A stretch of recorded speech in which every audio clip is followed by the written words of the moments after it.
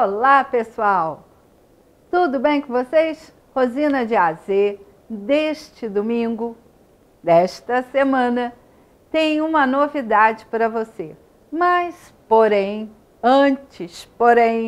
quero lembrar que a TVC, a TV do Correio da Manhã, está com transmissão em Nova Friburgo, em Teresópolis, Paraíba do Sul, Pati de Alferes, Três Rios, além da nossa cidade Imperial Petrópolis. Mas se você não tem a TV por assinatura, você pode acompanhar pelas redes sociais, pelo site oficial e pelas redes sociais. Você tem o YouTube, você tem o Instagram da TVC, você tem o Facebook. E se você perdeu o programa de domingo, você tem a reprise às sextas-feiras, 10h30 da manhã. Caso você também não consiga assistir no canal da TVC, TV do Correio da Manhã, você pode pegar depois no meu Facebook, Rosina Bezerra de Melo ou Rosina de AZ. Gente, eu recebi muitas mensagens falando sobre os textos. Para que a gente tenha o entendimento do texto, nós temos que saber o tipo de texto que nós estamos lendo. Esse reconhecimento, que eu comentei no programa da semana passada, ele tem a ver com as nossas necessidades de comunicação. E aí, diante dos pedidos para ampliar essa explicação, eu vou colocar para vocês os elementos de cada um dos textos e a relação que eles têm com a nossa comunicação. E aí, eu vou começar pela narrativa. O primeiro texto que eu vou comentar é o texto narrativo, é a narração, que você narra um fato ou você relata um fato. Não importa se ele é imaginário, ficcional ou se ele é real. Em todas as narrativas, esses 5 elementos são obrigatórios. O narrador, que pode ser em primeira pessoa, que é quando eu faço parte da história e estou contando a história, mas o personagem que conta a história, ele participa daquela história. Então, ele vai usar o eu ou o nós. O outro narrador, o narrador de terceira pessoa, ele não participa da história, ele é apenas um espectador. Vamos supor que você está num teatro, vendo a cena acontecer e você está relatando para outra pessoa aquilo que está acontecendo. E então você não está participando dos fatos. E aí é o narrador em terceira pessoa, que tem alguns outros detalhezinhos que não cabem aqui agora. O personagem é obrigatório, porque tem que falar das pessoas que estão participando daquela cena. Então, isso tanto faz narrador em primeira pessoa ou narrador em terceira. Tem que ter o fato em si, que é aquilo que aconteceu, que é o enredo. O enredo, aquele fato, aconteceu em um tempo e em um espaço. Quer dizer, no tempo é o quando. Até se for futuro, uma narrativa ficcional futurista, tem um tempo. E onde aconteceu? No planeta Terra, em Marte, tem que ter o lugar. Não importa onde aconteceu. Importa que eu tenho que colocar esses 5 elementos para ser uma narrativa. O narrador, o personagem, o enredo, que é o fato, o tempo e o espaço. E aí agora vamos entender o texto descritivo. O texto descritivo não tem os mesmos elementos que o texto narrativo. Isso porque o texto descritivo, ele é um retrato do momento. Então o tempo está parado. Quando você faz a selfie, você congela aquele momento. E aí você vai descrever aquela imagem, você vai descrever um objeto, vai falar parte por parte. Quando a gente compra um celular novo, acontece assim, vem lá aquele manualzinho e aí tem o númerozinho e o botãozinho com a setinha, onde fica o liga, onde fica o desliga, tudo numeradinho. Você vai mostrando parte por parte do celular. Depois, naquele manual, ele diz como ligar, como usar, como fazer não sei o quê, como tirar foto, como armazenar. Ele vai explicando tudo. É um texto descritivo. A receita de bolo tem lá os ingredientes e o modo de fazer. É um texto descritivo, que dá instruções também. O outro texto é o texto dissertativo. E o dissertativo, ele pode ser argumentativo ou expositivo. O primeiro que eu vou falar é esse que aparece aí, o argumentativo. No argumentativo, eu tenho que defender obrigatoriamente um ponto de vista. O que é defender um ponto de vista? É defender uma posição que eu tomei diante de algum assunto, diante de algum tema. E aí eu tenho que defender com argumentos. Como que eu organizo o texto dissertativo? Eu ainda estou no argumentativo, preste atenção. Eu vou fazer uma introdução colocando o tema. Vou dar o exemplo de um tema que eu gosto de falar, sobre a questão da violência doméstica. Existem vários tipos de violência. Violência no trânsito, no campo, no estádio. A violência está em todo lugar. De um país contra o outro, como nós estamos vendo agora, Rússia invadindo a Ucrânia. Isso é uma violência, violência contra uma nação. Então, e um povo inocente, ingênuo, que a maioria da população não tem nada a ver com as guerras políticas. E aí, vários tipos de violência. Então, eu posso começar a minha introdução falando da violência e vou limitar qual é o meu assunto. Violência doméstica. E qual é a minha opinião em relação a isso? A minha opinião, dentro da introdução, é que eu sou contra, eu acredito que alguma medida séria de educação desde pequeno nós temos que tomar para evitar a violência doméstica. A violência doméstica, olha só, eu falei doméstica, eu não falei contra a mulher. Ela pode ocorrer contra o filho, contra o avô, a avó. Ela vai acontecer no espaço familiar. E aí, ela pode vir da esposa, do marido, dos filhos, dos netos, dentro de casa. Eu acho que isso é uma questão de educação de base. E o que é educação de base? É aquela que não está apenas na escola, ela tem que começar dentro de casa. Isso está a minha introdução. Eu posso fazer a minha introdução com 3 frases. Tem uma introdução. Se eu acredito que tem que ser uma educação de base, eu tenho que começar a argumentar para defender esse meu ponto de vista. E como que eu argumento? Eu vou mudar de parágrafo e vou colocar a minha primeira ideia para defender esse meu ponto de vista. Vamos supor que eu acredite que a relação pai e mãe, não importa se é casado, se não é casado, se é hétero, se é homo, mas digamos aqueles que estão digamos assim, na chefia daquela casa. Essas pessoas precisam dar o exemplo de respeito um pelo outro.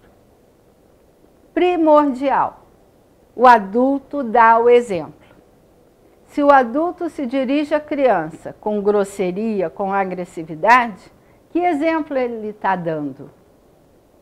De agressividade, de violência, de desrespeito. Então, vamos lá. E assim eu vou colocando os meus argumentos. Eu posso colocar 2 ou 3, depende do tamanho da minha redação, do meu texto. E aí eu vou dando o exemplo daquilo que eu acredito que vá corresponder a uma educação de base para combater a violência doméstica. Para finalizar, eu tenho que fazer a conclusão da minha argumentação. Eu tenho que reforçar aquele meu ponto de vista diante dos argumentos que eu apresentei. É como um filho que quer convencer o pai e a mãe a deixarem ele ir num baile, numa festa que ele está querendo ir. Ele vai usar argumentos que convençam pai e mãe daquilo que ele está falando, daquilo que ele quer.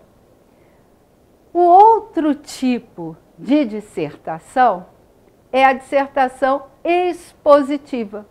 Eu vou apenas falar sobre um assunto. E aí, esse programa de hoje, porque o programa ainda não acabou, então é este programa de hoje, eu estou falando sobre a expositiva, a dissertação expositiva. Eu escolho um tema e falo sobre ele.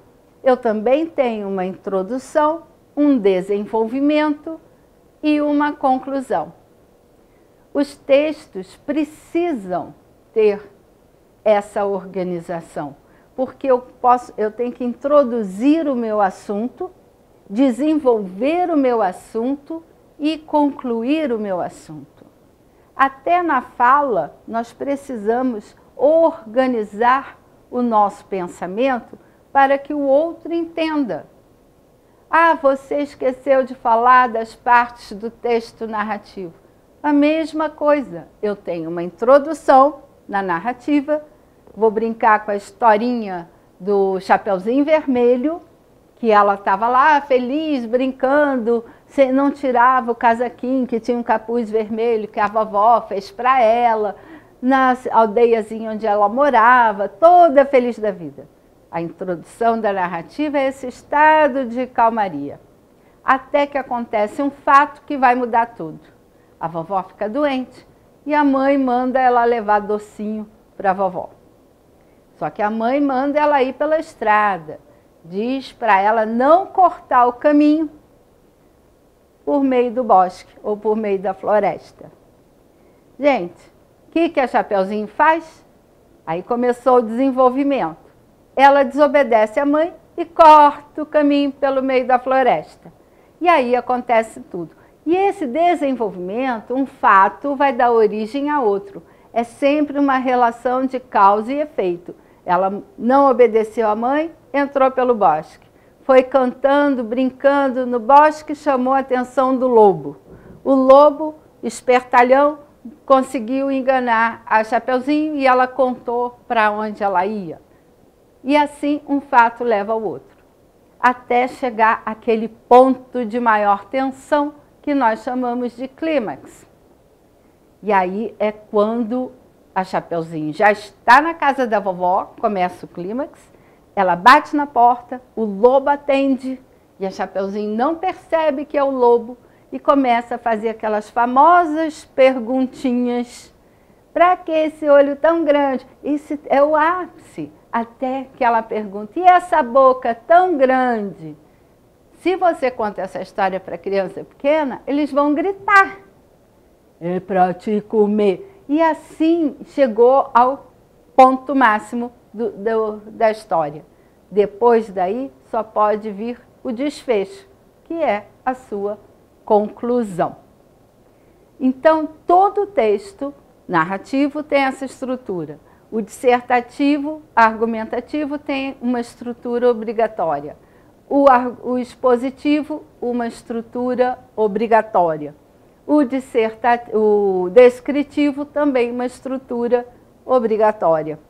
Gente, o que eu estou fazendo agora nesse finalzinho? Eu estou fazendo a conclusão da minha exposição sobre a estrutura dos 3 tipos de texto que nós usamos para relatar, para contar, para falar sobre e para descrever o mundo que nos cerca, na nossa comunicação. Vou chamar o intervalo, continue aí, que tem mais Rosina de AZ. Até daqui a pouco.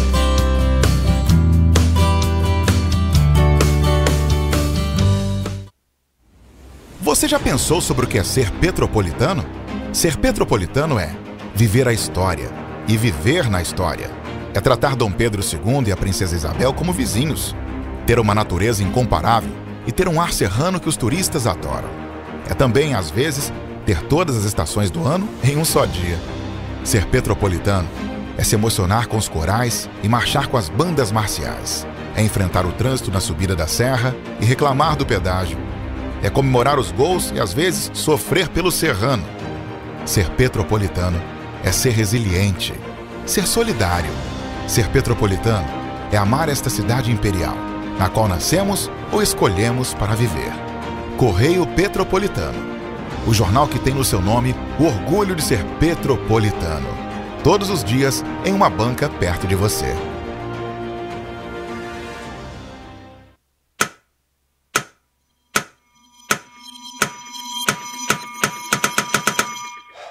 Cara, o que a gente tá fazendo, hein? Vamos falar um segundo sobre a gente? Sim, sobre violência contra a mulher, mas mais sobre a gente. Pensa nas mulheres que você conhece, nas mulheres próximas de você. Colegas de trabalho, vizinhas, amigas, as mulheres da tua família. Agora imagina que a cada 8 minutos, uma delas é estuprada. Duro de engolir, né? Mas é o que está acontecendo no Brasil. Aqui, 7 em cada 10 mulheres já sofreram violência ou assédio no trabalho. E absolutamente todas as mulheres, inclusive as que você pensou, vão sofrer algum tipo de abuso pelo menos uma vez durante a vida. Pesado, né? Mas e aí? O que a gente tá fazendo? Vamos falar sobre a gente. Sobre o jeito que a gente trata as mulheres. Passa a vara, senta a rola, pega de jeito. Comer, Meter, fuder. Aê, garanhão. Pegador, Comedor. Ensinam pra gente que a mulher é uma coisa a ser conquistada, um prêmio, e que você não deve aceitar um não como resposta. Ela não te dá bola, é porque tá se fazendo de difícil. É só pegar um drink que ela tá na tua, irmão. manda ver. Ela tá pedindo. Só um beijo. Um beijinho, pô. não tem mulher que não dá, só tem homem que não sabe pegar. Vai lá, pega ela, mostra que é macho. É assustador quando a gente ouve isso fora de contexto, né? Agora imagina o quanto é assustador para elas. Quantas vezes você já ouviu alguém falar assim? Seja na escola, seja no trabalho, seja na balada, até na sua própria casa. Tá errado. Então, vamos falar sobre a gente? Porque a gente pode mudar essa realidade. Não tem que ser desse jeito. A violência contra a mulher não é um problema da mulher. É um problema nosso. É problema meu. E problema meu. É um problema meu. Meu, Meu. Meu. meu, Meu. Meu. meu, Meu. Meu. meu. É um problema meu. A responsabilidade é nossa.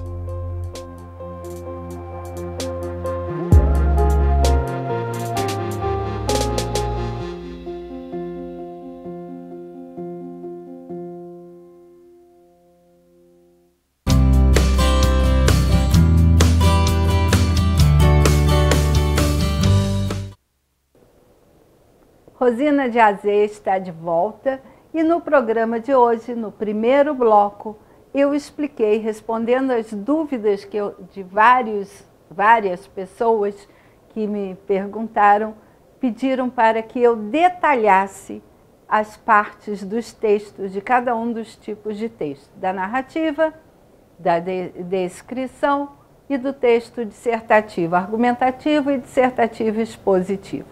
Isso foi feito.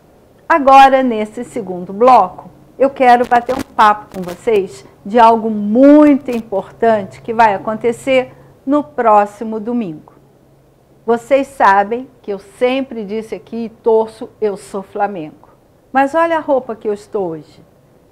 Branca e preta, que pode ser Vasco, Botafogo, Atlético Mineiro, e aí eu não sei mais qual time usa o preto e o branco. Mas isso quer dizer que eu respeito os outros times diferentes do meu. E não me importo de vestir uma roupa que represente o outro time com todo respeito. Isso é o que vai acontecer no próximo domingo, 2 de outubro.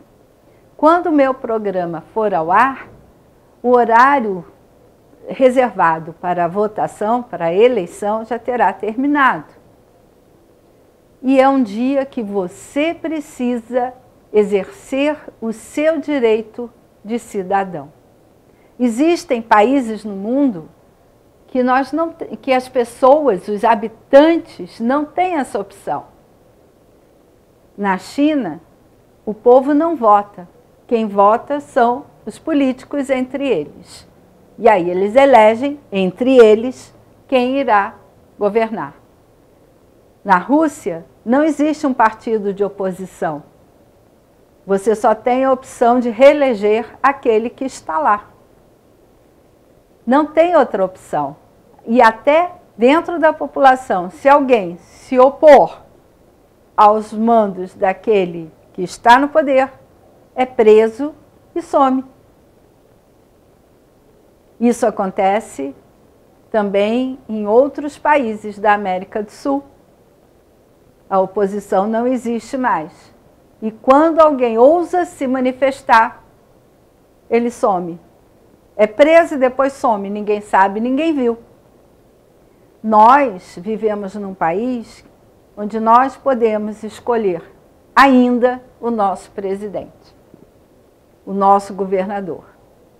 E aí imagina que você vai eleger o presidente do seu time, o técnico do seu time e aquela equipe que vai dar assessoria ao técnico. Porque um técnico não treina sozinho, ele tem uma equipe de apoio. E é assim que nós temos que ir, no dia 2 de outubro, escolher e pensar no futuro do nosso time, no futuro da nossa nação. E como que eu vou pensar? Primeiro, eu tenho que saber o que eu quero não apenas para os próximos 4 anos, porque um campeonato de futebol eu não venço na primeira partida. Nenhum time vence um campeonato na primeira partida. Às vezes ele perde, às vezes ele empata. Então eu tenho que pensar ao longo, para um tempo maior. Então quando eu escolho o presidente do meu time e o técnico, quando eu tenho essa oportunidade de votar no técnico e nos seus assistentes, eu não posso votar nulo. Eu não posso votar em branco. Eu tenho que escolher com mais consciência. E aí, como que eu vou fazer? Eu tenho que ver quem é que combina. Vamos supor, eu sou fã daquele técnico português que já foi embora. O Jorge Jesus, era esse o nome dele? Jorge Jesus? O Jesus? Então, eu tinha que colocar, se eu pudesse escolher, uma equipe técnica que combinasse com as ideias dele, para que o meu time fosse bem treinado, de modo a ganhar todos os campeonatos daquele período. E um presidente para o meu time, que é o Flamengo, que permitisse que esse técnico exercesse o trabalho dele. E é assim que eu tenho que ir para a eleição. Ah, mas é muito número. É, muito número. Então, o que você faz?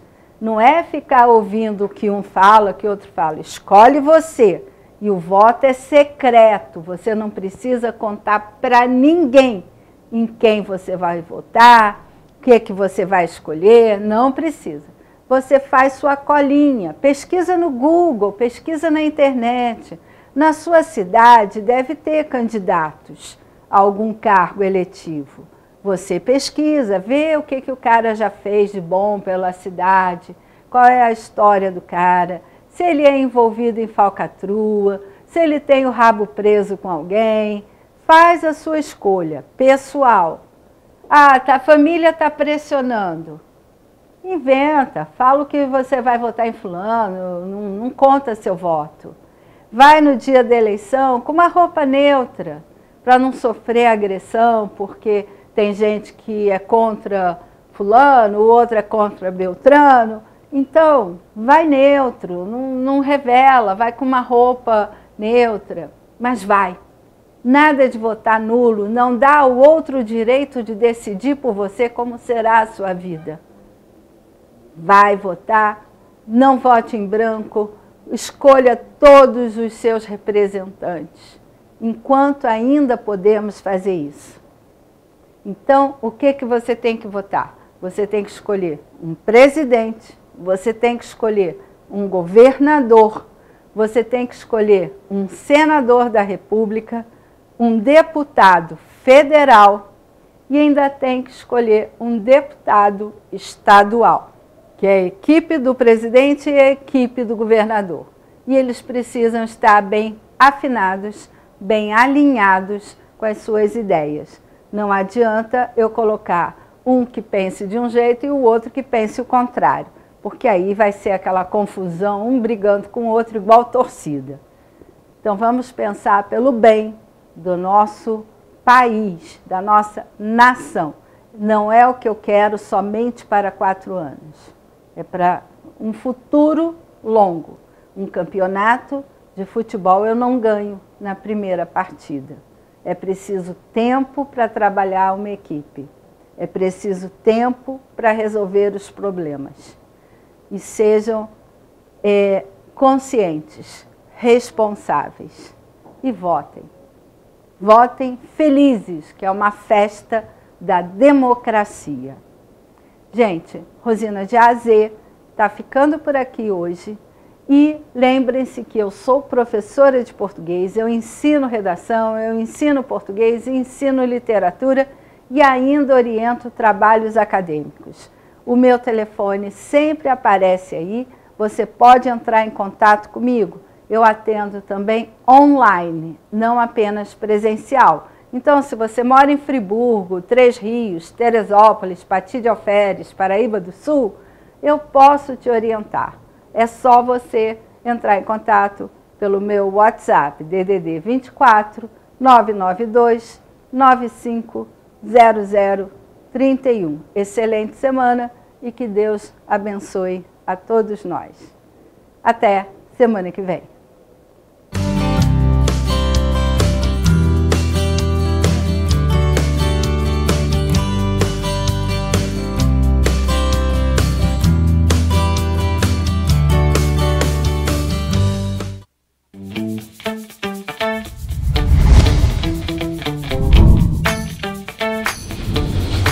TVC, a TV do Correio da Manhã.